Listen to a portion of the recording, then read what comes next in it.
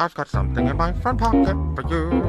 Why don't you reach on in my pocket and see what it is? Then grab onto it, it's just for you. Give it a little squeeze and say, how do you do? Something in my front pocket for you. Why don't you reach on in my pocket and see what it is? Then grab onto it, it's just for you. Give it a little squeeze and say, how do you do? There's something in my front pocket. There's something in my front pocket. There's something in my front pocket. Hey folks, welcome back to another episode of Talk Gaming. As you can see, things have moved. They've moved all around. I moved my PC. Everything was, if you're not familiar with the show, everything was on this desk behind me. I moved it to this desk in front of me where I normally host the show. So I've got two monitors just barely cropped out. I've got the PC over here. I've got this capture card going all the way from my PS4 back there so that we can hopefully stream. I made the choice to do this because I wanted to be able to do some live stuff, eventually take this show live, and just the number of cords and things I'd have to run to the PC there from behind the desk, it just would have been insane. So I was like, why not just move it onto this desk? There's no reason not to. I mean, why not? So that's what I did. And I think it all works out. Plus, I was having some data problems with my network here. The router for this network that I use is right up there on the next floor. And the problem being that when my PC was tucked back in that corner, it was surrounded by the case of the PC, by all of the hardware. It was basically pointing into a wall. Bad speeds. It got worse and worse. I finally bit the bullet, moved it over here, got a new network card. It's wonderful. I'm getting like 120 down. I feel so awesome. I love it. If you aren't on a 5G network, do it. It's worth the investment. It's like night and day. That doesn't have anything to do with with gaming or what we're talking about, but I thought I would clarify just because things are obviously different. The camera's higher up, everything's higher up, everything's different. Hopefully we don't have any technical issues, but you never know. Things are always exciting. It's been an interesting week. I've been experimenting with some different types of content. Basically, this week I was trying longer form factor videos that are around 20 minutes, that float around 20 minutes.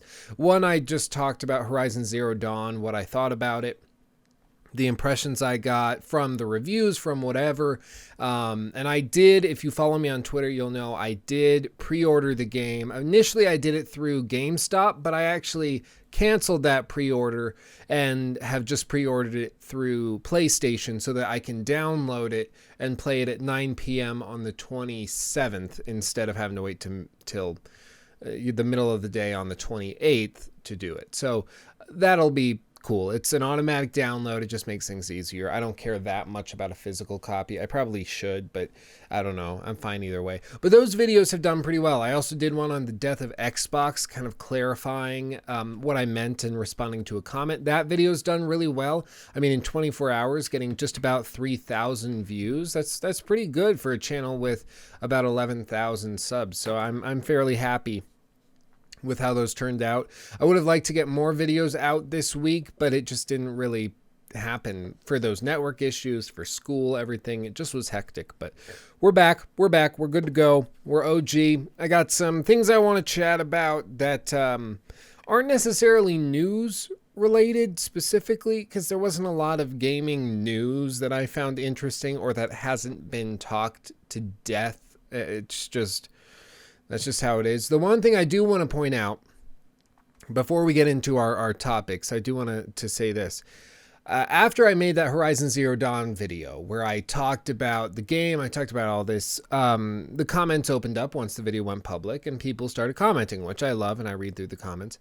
But what I saw, well, a little backstory, about a month ago probably, there was leaks that apparently were the ending and plot points and spoilers for the game, the campaign of Horizon Zero Dawn. And so there were people that were specifically Xbox fanboys that were going into the comment sections of videos that were hyped about Horizon Zero Dawn, and they were setting it up so it seemed like it was going to be an interesting comment, and then they would spoil the end of the game for you.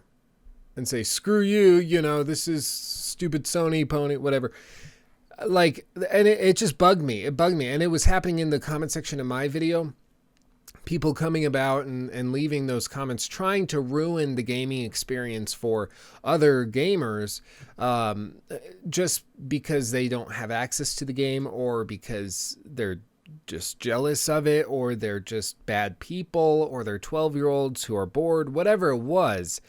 It really rubbed me the wrong way. And I think if you do something like that, I think you're a malcontent. I think you're a bad person. I think that you aren't even really a gamer, because a gamer is a member of a community that plays video games. Like, as a gamer, I don't want exclusives to exist at all. It's not like I'm happy that Horizon Zero Dawn is only on PS4. I'm not happy that Bloodborne and that Neo are PS4 exclusives. As a business, like, major in school, I can understand it and I can appreciate why they do that.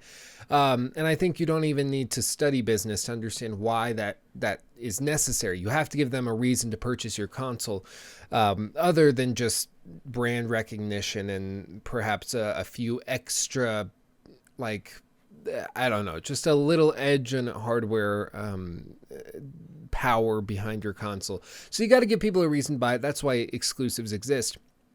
But the fact that you're going and you're ruining the experience, the game, for hundreds potentially, or thousands potentially, of people, just because you're feeling vindictive or you're jealous or bitter or whatever, you're not a gamer then. I want everyone to have access to these games because I'm a gamer, and I want other gamers, whether they play on Xbox, PC, or PS4, I want them all to experience the same exact thing.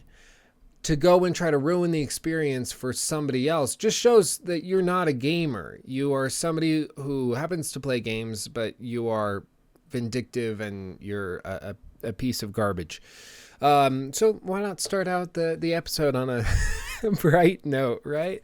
I just wanted to get that off my chest because it blew me away. I thought I was missing something, and I don't know, of course, if what they were leaking, I'm not going to say it, of course, if what they were leaking was true and is accurate to the ending and is an actual spoiler, or if it was just a fake leak and it was a hoax. But either way, they think, probably, I'm assuming, they think that those are actual spoilers, and they're trying to spoil the game for somebody else because they don't have access to it. And I think that that's really slimy, disgusting, and a little bit pathetic. But that's just me and pretty much everyone I've talked to about it. But the first topic I want to get into is something that's been spurred on with recent games that have been released. And the more I've thought about it, the more I've wanted to just talk about it, get it out there, get your thoughts. And that is the idea of open world games becoming more and more prevalent when I don't believe they should be. Let me clarify. Basically, it seems like every game nowadays is trying to create an open world and push that. When, like at E3, you're asked, is this an open world game? The developers, if they are going to say, no, it's a linear thing, it's almost reluctant. It's like, well, it's very large, but it's not open world. It's more linear, but it is still very, and they have to justify it being linear, which kind of fathoms or blows my mind. And I'm not sure exactly why that's generated or why that's been created. My guess would be it's a result of games like Skyrim, like Fallout 3, like The Witcher 3, like Grand Theft Auto, all these open world games that are fantastic and that people love. I love them. And so people feel like they have to try to duplicate that. And you see it all over the place. The classic example doesn't work great because it's an older game, but I think it proves my point with regard to a game that shouldn't have been open world is L.A. Noire. I think L.A. Noire shouldn't have been open world. I think they wasted so much time and effort making it open world when it really didn't make any sense. They created this big open world game, and then they give you cars that you can drive, and then they say, okay, but if you just hold down Y or your enter E if you're playing on PC. If you hold that down to get into the car, your partner will drive you there and it'll skip right there. It's like taking a taxi in Grand Theft Auto 5, but paying the extra to skip the driving and just get there. It's like fast travel. And in general, I think fast travel in open world games, on the one hand, it makes sense because it's an open world. It's big. You want to do that. But at the same time, it makes it more linear when you have fast travel because you're just going from point to point to point. You're skipping past all the openness, the open world, and just getting right to the big points, the highlights, which that's why it's always confused me that fast travel, I think, can be really abused and not done well. It's not done well in, I'd say, most games from my perspective, because they try to do an open world, but then at the same time, they give you fast travel, basically negating it. Think of like Dark Souls 3. For instance, technically open world. Yeah, technically. It's got kind of a hub, then everything branches out from there. Is sort of, it's not exactly like that, but sort of like that. And then you can go to a bonfire and you can travel to another location, and that's that. So it's technically open world, but it's still linear. You're still going from place to place. You can fast travel back and forth.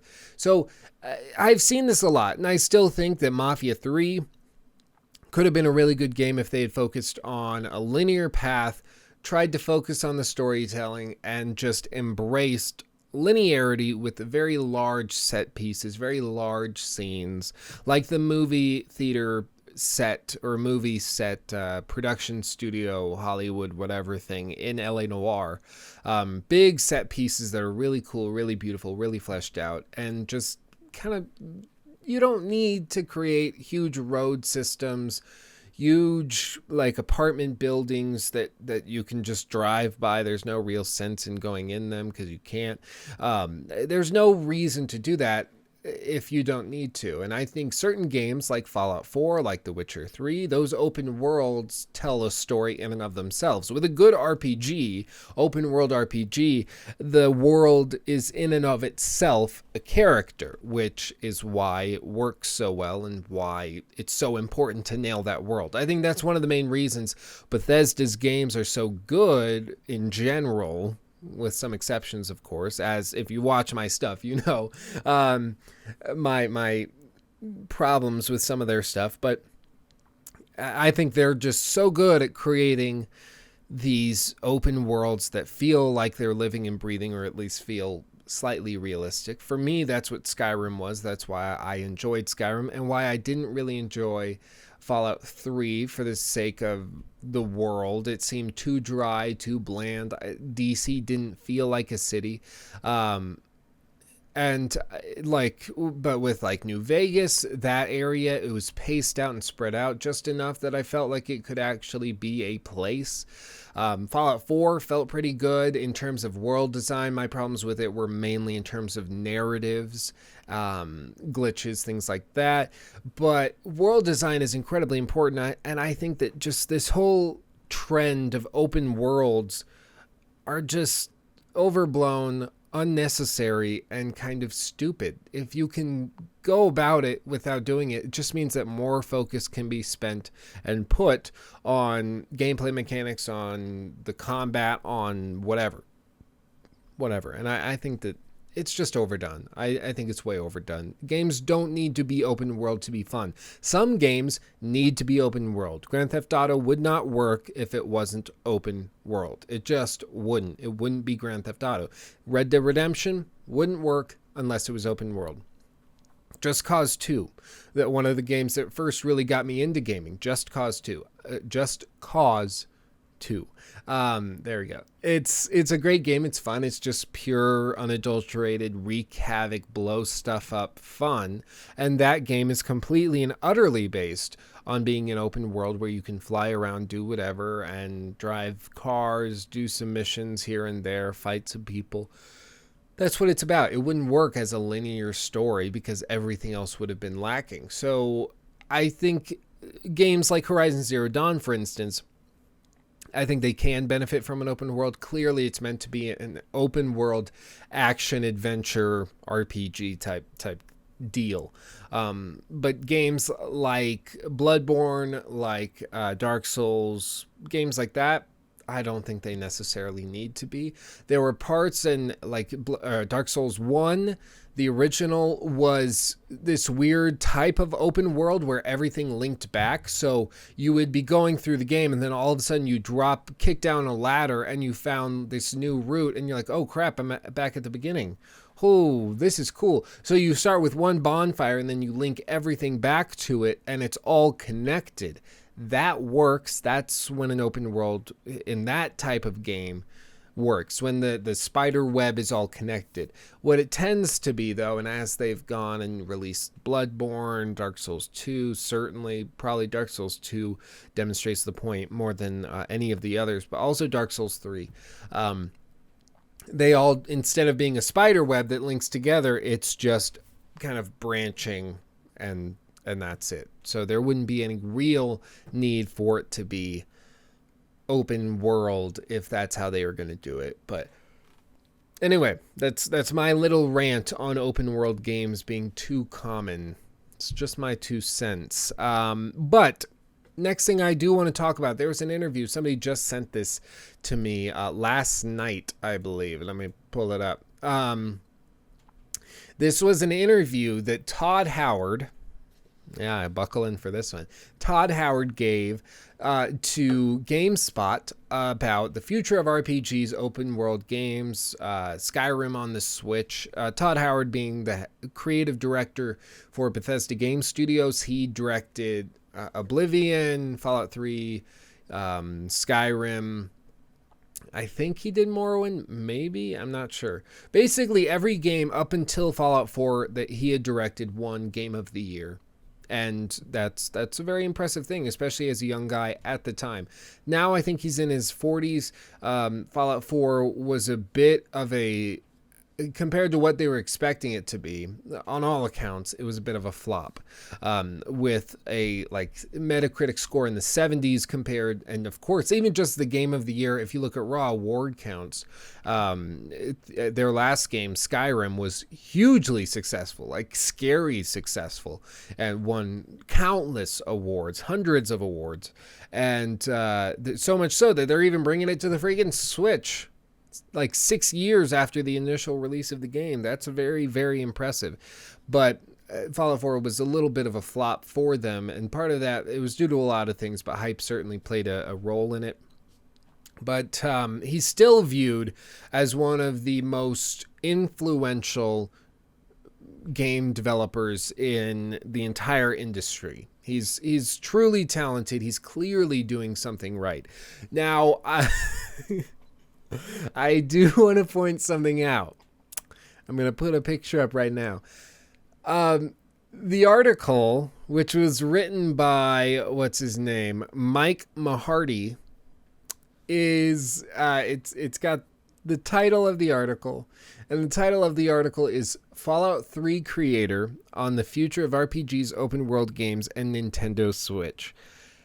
Now, can we just appreciate for a minute the fact that they had to clarify and reference him, give him credit for Fallout 3.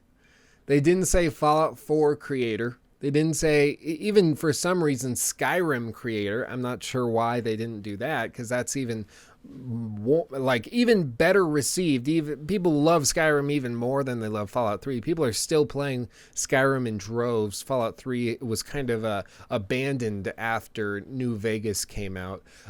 New Vegas was simply viewed as a better alternative to it, where, I mean, when you're making a game with the same engine, with the same basic assets, and then you do it having looked at the criticism from that game, then you can kind of figure that out and create something a little bit better. New Vegas, on basically all accounts, was just better than Fallout 3. There are some stragglers out there that say they like Fallout 3 more. They're weird people, but they do exist nonetheless. If you have played both all the way through, I don't see how you could logically say that Fallout 3 is better. New Vegas just has more options, has more lore crammed into it, more like everything. It just it's much more of an RPG than Fallout 3 was. It's just better. It's just better in general. But the fact that they point out Fallout 3 creator as his credentials, I just find funny. I find that funny for some reason. I can't explain it, but I do. I find it funny. I'm drinking a chai today, in case you're wondering. I am a big fan of Dutch Bros. I've never liked Starbucks. Everyone's always telling me I should like Starbucks and that it's super great. It's one of the reasons I make fun of Oprah so much. And it's like, why do I have to like Oprah? Stop telling me that I should like Oprah. I don't care. I don't watch her network. Why would I praise her for being an incredible person? I don't know her. So I go to other coffee places. Dutch Bros, if you've got one near you, I highly recommend it. It's very good. It's like the Chick-fil-A of coffee shops. They're so nice to you there that you feel like they're being passive aggressive. Like, you know, those people where they're so nice, you assume that you've got something in your teeth or that you beat them up in high school. It's some weird thing, but it's still nice. I still enjoy it. And no, somebody commented and said, you always have coffee with you for these things. You must be sponsored by them or anything. No, I would love to be sponsored by them because it would mean free coffee, free chai, free whatever, but I am not. I simply like their product and I'm recommending it to you as a gift. And I always have. I don't get coffee every day. I just get it for these shows, these episodes, because they are fairly long and I need something to soothe my throat. Anyway, that's a bit of a sidetrack. I'm sorry. So it starts out, and this article asks, basically the interviewer asks a lot of different questions, a lot of different things. And this references back to the open world games being too common thing that we just talked about. Basically, the interviewer asks, franchises that you're known for are these vast open worlds. I wanted to get your take on what even makes a good open world game anymore. Do you think that there's just an oversaturation of open world games in the industry? Or is open world just a buzzword that developers want to cross off on a checklist? And this is a great question. I completely agree that this should be asked of this industry insider. It's a brilliant question. Let's see what Howard says. I think there's some truth to that. The thing that defined our current generation of Xbox One, PS4 games are open worlds. The technology has allowed more people to do it. The thing with open world, and the reason we've always liked it, is that it shows off what is best about a video game in general. Video games can put you somewhere you are not. You know, movies and books and other things can give you good linear experiences, but video games make you the director of your experience. An open world is the best form of that. I also think there are certain open world games where you can see the gamification of things, and sometimes that's successful. But something that breaks the illusion, like I felt like I was there before the game rewarded me for something that I shouldn't have. And we at Bethesda deal with that as well. I think as we go along and others go along, you want to push interactivity, you want to push AI in those worlds. There are still so many types of worlds present, or even worlds you've seen before presented in new ways, whether that's with displays or better hardware, all the way up to VR. End quote. So 2 full paragraphs in response to that question. I think the first paragraph is really the important bit. But he does make a very good point. With the PS4 and Xbox One, that's when we really started to see a lot more open world games, and because it became much more doable. And one thing that a lot of people don't realize with the new hardware, probably the most important factor for the games that you receive with this new generation was simply the memory. Plain and simple. Now, let me explain. The memory on your device is what they're going to use for everything from AI, if you're talking about video RAM, Like VRAM, that's where all the textures are going to get loaded into. If there's geometry that needs to get loaded in and prepped, all that goes through the memory. And so that dictates the size and scale of what you can put in. When you have a device like the 360, I think it had 512 megs of RAM. Let's look this up. Xbox 360 RAM. Let's see what they got. See, this is a nice thing about having moved over to this side. I can actually look and see what it is. Let's see. Okay. Let's just focus on the RAM for now, since both consoles can be easily bottlenecked at their low RAM. With the Xbox 360, you have 512 megabytes shared between the CPU and GPU. If you play a game that requires more focus on CPU, less graphics, such as a real-time strategy, then this would be a great example. The PS3 had 256 megabytes dedicated to the CPU and another 256 dedicated to the GPU. You have the same RAM in total, but the CPU cannot borrow some of the RAM. So basically, the amount of RAM and RAM isn't crucial for a lot of these things, but for in terms of AI, especially in terms of loading in systems, it's very crucial. And VRAM also incredibly crucial, just to the scale and the number of objects you have on screen, the polygon count, everything like that. And with the addition of the Xbox One and PS4, you're getting, those go all the way up to 8 gigs of RAM. You've got, I'm not sure how much VRAM is included. I'm not sure if we even know. But there's a good amount of VRAM on the consoles. Not everything's smaller than it would be on a PC, but it's still very good, still very impressive and useful. But it's not the same. It's not the same.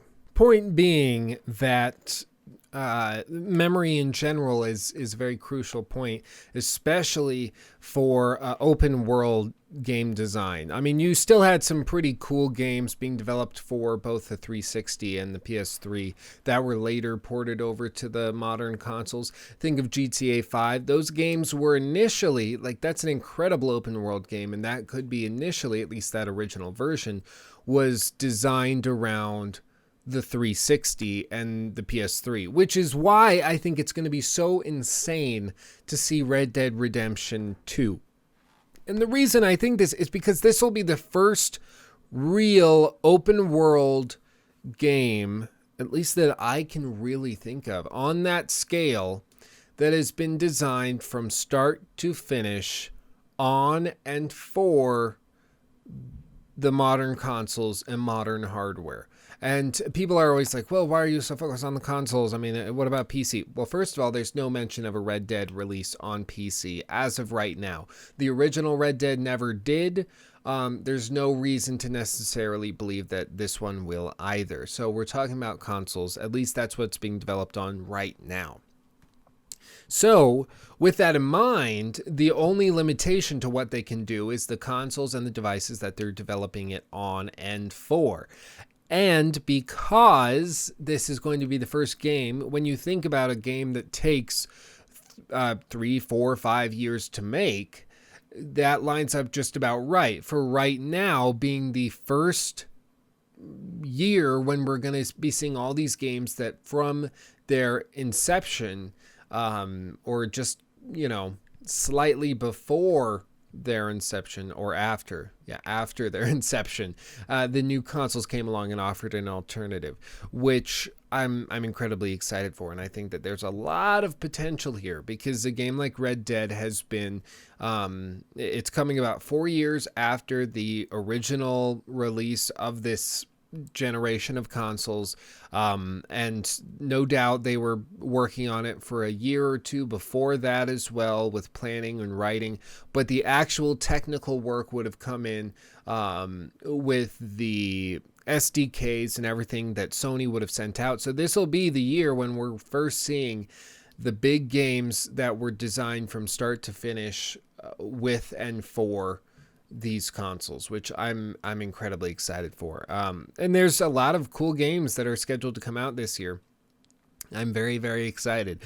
I'm excited for Red Dead. I'm excited for God of War. Of course, Horizon Zero Dawn, which I already pre-ordered. I mean, just there's so many things out there that my body is ready. My body is absolutely ready. But I think that this is a fair point that Howard is saying. He's saying tech has grown, so now it's easier to do. More people can do it, so naturally you're going to see more of it. Now, he also talked about VR, Fallout 4 VR, which is something they have been working on. Apparently, it was really easy to implement it initially into the game, but what they are working on right now is figuring out how you interact with the world using VR, which again offers some interesting and difficult questions, because I'm not really sure. Would that make you motion sick? Like if I put on a VR headset holding a controller and I'm running through this world, would I get sick? I wouldn't know. The only VR headset I've ever tried was the Vive. It was at a GameStop demo a few blocks away, which was really fun. And I did the typical demonstrations like the painter brush one and everything. There's a vlog on it actually on this channel, I think. Also on my vlogging channel if you want to check that out. Links in the description. But I have tried it before.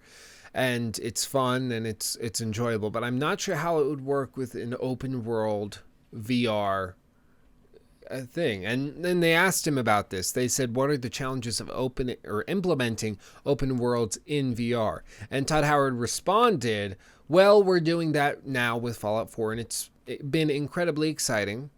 More frustrating, I would imagine. The challenges have more to do with how you move through the world, and so we're doing that right now. We've taken the entirety of Fallout 4 into VR.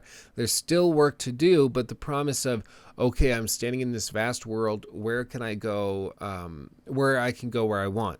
When it works well, I have to say it's one of the most incredible experiences I've had in a game. End quote. I hope that's true. I hope that's true. More of these big budget titles need to get VR support to get people to want to do it. Resident Evil 7 was certainly a game that pushed and encouraged people to go and pick up a PSVR and adopt it. It's just so expensive. There's got to be a really good game, and that experience has got to be really, really good to sell people on it to the point where they're willing to spend a big chunk of change on an experience that might just make them sick in the end. But the interview goes on, and they ask him about the Switch, and they ask him about all manner of things that I think are fine. Basically, it looks like Bethesda, which is not a big studio. I think that's the important thing to remember. They're not a big studio. They're like 120 to 150 people total. And I'm including a branch they have in Montreal, I believe it is. Is it in Montreal? I want to say it's in Montreal. I believe it is. Basically, there's two branches. Right around the time of Fallout 4, they opened up another studio or subset of their studio in Montreal or some other city that starts with an M, with, I think it was 40 people at the time, might be more now, but it was about 40 people at the time. And the general consensus was that was done to implement more mobile games and things like Fallout Shelter, and do another one. They are currently working on another mobile game, which I just have to ask myself, like, are they going to shift away from these open world games? Are they done with that, or are they going to try to do some more VR stuff? Like, what are they doing? They don't have that many people working on this. Working on like Fallout VR, I imagine takes a couple coders like full time to figure out all that, to change around UI, to change interaction points, everything like that. It would take a couple people a good amount of time, plus the management would have to focus on it. And then you're talking like developing a new mobile game while at the same time keeping up and maintaining the one you have right now. You're only doing that with 40 people? Okay, that's fine. But okay, that's what that Montreal studio is for. Then you're left with about 100 people that would be working on the next Bethesda game. And he said that they're working on 2 different games, one of which is more in line with what they would normally do, one which is different and unique or whatever, new. I would personally expect there to be an entirely new IP or an IP that Bethesda as a studio has not touched in 2 decades. I would honestly think that that's where they're going. I think they're a little sick of doing the Fallout 4 and Elder Scrolls, plus their parent company ZeniMax probably has told them, hey, we got Elder Scrolls Online. We just started coming out with a Morrowind or whatever expansion. We need you to lay off of it for a little while. Plus, I honestly think that this is the case. The Witcher 3 was such a dominating and is such a dominating force in the open world RPG space that, like, in the fantasy realm, that they're like, you should probably wait till that game is old and outdated before you take another whack at it. So I wouldn't expect a new Fallout or Elder Scrolls game from them for years, 5, 6, 7 years. It's going to be a long time. But speaking of The Witcher 3, let's shift to that. I have been playing a lot more Witcher 3 recently. I love that game. I really love that game. This entire episode has been like a big hodgepodge of everything Lukey Poo with The Witcher 3, open world games, RPG discussions, level design, Todd Howard, Fallout 4, Skyrim, now Witcher 3. It's just one of those weeks, guys. It's a slow news week. I'm going to ramble. This is what you get. But The Witcher 3, I've been playing it a lot more. I realized I hadn't played the Hearts of Stone DLC my first time around. I hadn't. And I'm a firm believer that if you find a game or a song or a movie or a book or something, a girl, a boy, whatever, if you find something or someone that you really enjoy, that you just cannot get enough of, you should not drown yourself in it, because then it loses all worth to you. It's like when you find that new song on the radio and you're listening to it and you just have it on repeat and you can't get enough of it, and you say to yourself, I will never be sick. I cannot imagine not loving this song. And then like a month later, you've listened to it 6,000 times and it's just another sound. It's just noise. It doesn't have any real impact on you anymore. You're desensitized to it. When I experienced The Witcher 3 for the first time, I told myself, this thing is incredible. I want to just play it on loop for the rest of my life. But I knew then I would become desensitized to it. I would no longer appreciate it for what it was. So I played it, finished it, and then I just decided, you know what? I need to take a break. I'm going to go play some other games. I'm going to go do some other things, and I'll come back to it. I'll get the DLC. I'll just do all that when the time comes. And so I left and I played all sorts of different games. I did all sorts of different things. And now I came back and I did it all again. And I'm going through the DLC, and Hearts of Stone as a DLC pack is just awesome. It's awesome.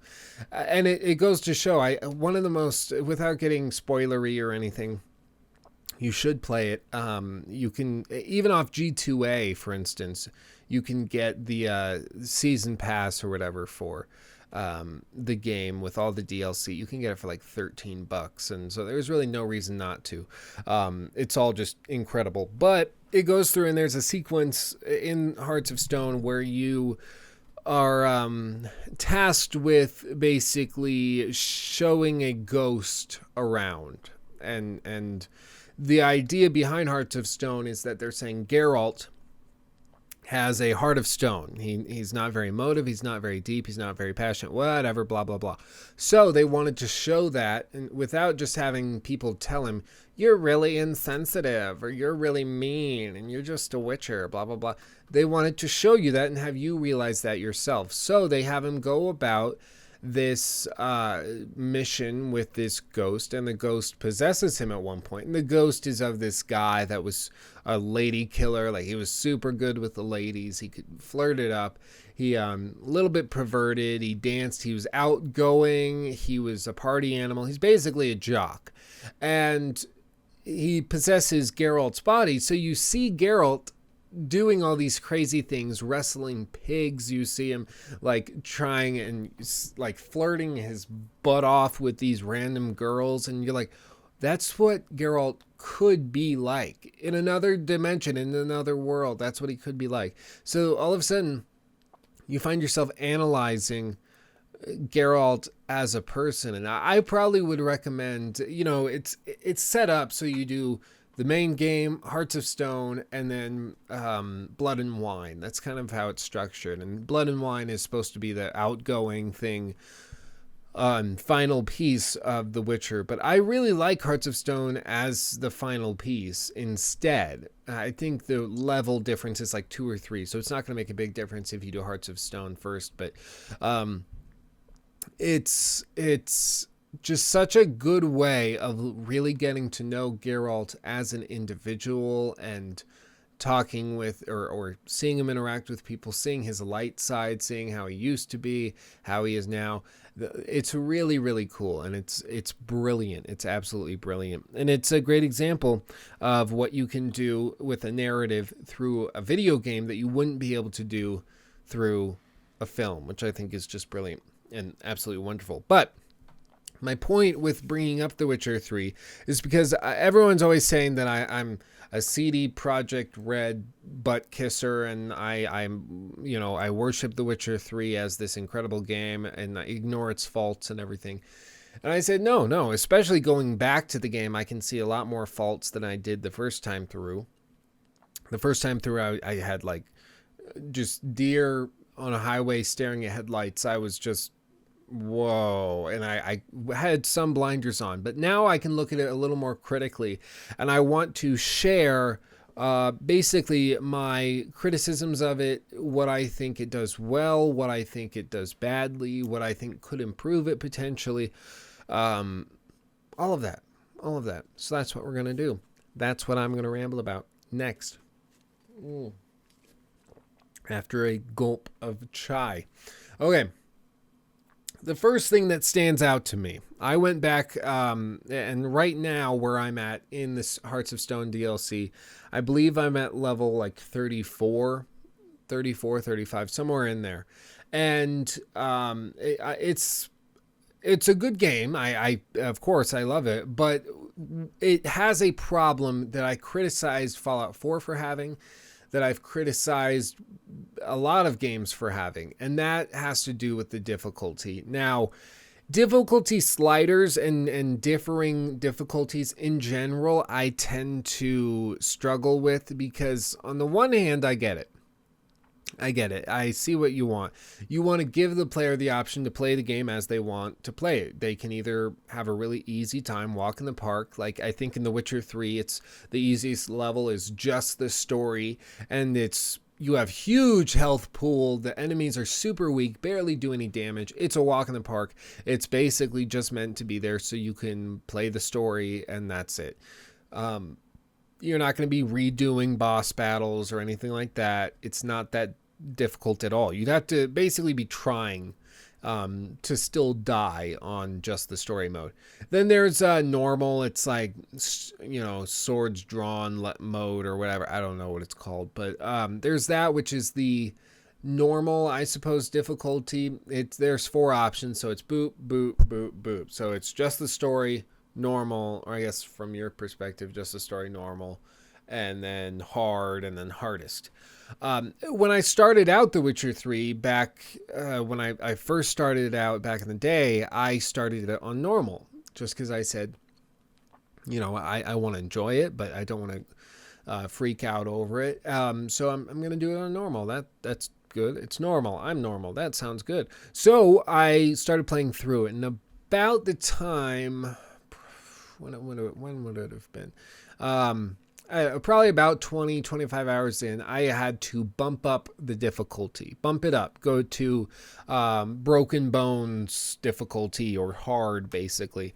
And so I was on the third tier because it had become repetitious. It became too easy. And here's my reason for criticizing it. When a developer does that, on the one hand, it's designed to give you the option of having a cop-out or having a way to boost difficulty if things are getting too easy. But that in and of itself is the fault of the developer. With like Fallout 4, for instance, just the same type of problem where you can be playing it through and then you hit an area which is incredibly difficult, or you find a boss that's incredibly difficult, and you have basically a cheat code out of it. The difference is now it's not a combination of button mashes and, like up, down, A, B, triangle, whatever. Like, it's not that. It's instead start, go to options, gameplay, change the difficulty to the easiest just for this boss battle, then we'll switch it back, and then you switch it back, and then you move on. That's basically a cheat code. And I have a problem with it because when it's built into the game, it's basically a gameplay mechanic. If I hit an area of the game and I've been playing on normal the entire time, it's not just because I'm getting better at the game. A good game should also scale with that assumption that you are going to get better at it. And you shouldn't have to change your difficulty, your time investment, the stress it gives you should remain constant basically from the time that you start the game on that difficulty to the time that it ends. A game that tends to do this fairly well, I would say, in terms of consistency of difficulty, probably something like Dark Souls 3 or Bloodborne. Now, those games do have weird difficulty spikes and valleys. Do not get me wrong. The Witches of Hemwick in Bloodborne, a joke boss, but you just knock it out. Then you move on to another more difficult one. You get to the DLC, you fight Ludwig, and then you're like, oh crap, this is what it felt when I started the game. Like, wow, this is it. With Dark Souls 3, same type of thing. There are some valleys, there's some lows, but in general, it's very consistent. There's no changing your difficulty level. There's no easy mode in Dark Souls. There's no hard mode in Dark Souls. It's just there. And if you want more of a challenge, you can either purposely kind of nerf yourself, not use as much health. You can change your armor, change your upgrading in your build.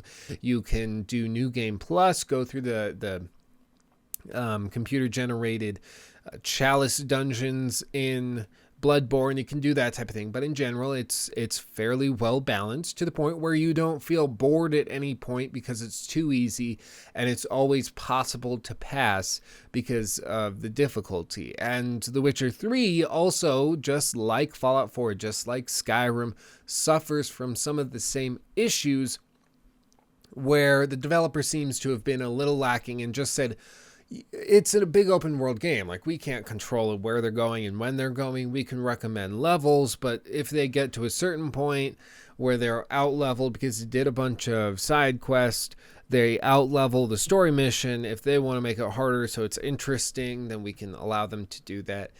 That's tough. I would say there's got to be another solution, maybe with your level of your character. The difficulty of all characters scales according to that. Instead of having a level 7 wolf, you just have a wolf that scales with your level and is difficult according to what your skill level is.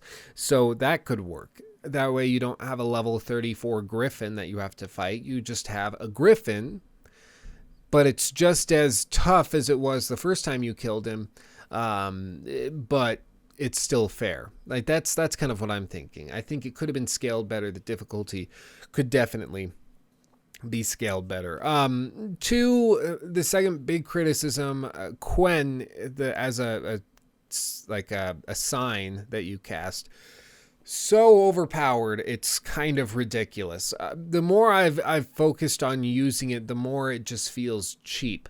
Where I can get through, I was just doing a fight I don't remember what the name of the creature is, but it's this weird turkey-looking bird thing, and it had a nest. There were 2 of them. They both out-leveled me by like 4 at the time. I think at this time I was level 30. They were level 34. A big northeast side of Novigrad. That's where they were. And I started fighting them, and I was trying to figure it out, and I would cast Quen, then I'd dodge, and then I'd stab, and then they'd hit me, and I cast Quen, then I dodge, and then I stab, and I was able to just do that.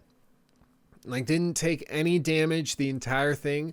I fought these creatures that should have been able to pound me with that 4 level difference, but was able to get past it spamming Quen. And so I think Quen, if you want to nerf yourself, give yourself a hard mode, an ultra hard mode on The Witcher 3. Probably just don't let yourself use Quen. I think that's the big solution. Another thing that I can't help but thinking, a first person mode in The Witcher 3. I'm trying to think if this would have any adverse effects, and I think there would be adverse effects, specifically with the cutscenes that they do, which is a very big thing and very big element of, or mechanic rather, of The Witcher 3 is the narrative cutscenes that they do. And I think if you did the first-person perspective, you'd lose that cinematic feel, because all of a sudden you'd just be standing there. Or they could cut out and do it just the same, but then all of a sudden it's going from your perspective to somebody else's, basically, the camera's perspective. And I think that could be a little disorienting, a little distracting. So I understand why that wouldn't work. But if there were an option to load in or to switch on first-person mode, think Skyrim. Think what Skyrim or Fallout 3 or 4 can do, where they give you the option. You can play third-person or you can play first-person. I think that'd be great. I think there's pros and advantages of playing in third-person.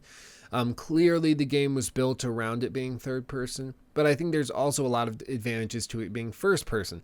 In an open world RPG, I always like it being first person, because then I can actually look at the details. I can see that painting on the wall much closer and much more detailed, and I can see that. I see, oh, this monster, this ice giant, he has planks of wood that he ripped off of a sinking ship to use his armor right there, and he's got whale bones weaved in and all this. Whereas in third person, it would just look like, a white ceramic armor. And so I think that a first person perspective could really, really help a game like The Witcher 3, just as an option, not even as a dedicated thing. I don't think developing the entire game for it would necessarily be a good idea, but I think the option...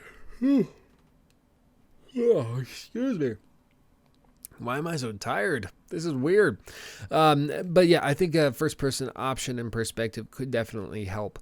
In terms of fast travel, I've always had a problem with fast travel. As I said earlier, in open world games, I think it kind of defeats the purpose. So what I do when I'm playing, I do not let myself use fast travel unless the distance is so insanely far that I think my cap is usually, if it's under 1,500 steps or whatever the measurement for distance, meters, whatever. If it's under 1,500, I grab Roach and I go. Even if it means grabbing a boat and sailing there, I'll find a way. If it's above that, I'll fast travel to somewhere relatively close and then go there as well. I just think fast travel, it adds a load screen. It pulls you out of the game. I think it's just a bad idea. I don't know. I could go on, but I think there are some flaws with it. I think there's some errors, but I'll stop there because we're running out of time. I've got to be somewhere. But if you have any comments or thoughts or things you'd like me to talk about in next week's episode, let me know down in the comments. Tweet me at LukeStevensTV. Let me know what your hashtag game of the week is down below, or tweet at me at LukeStevensTV.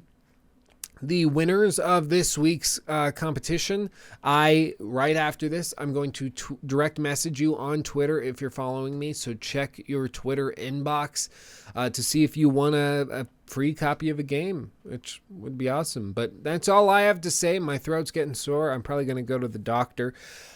Yeah, My life is a movie, and everyone's watching, and I love it. Yes, I just quoted Justin Bieber. I love you all. Peace out. See you next week.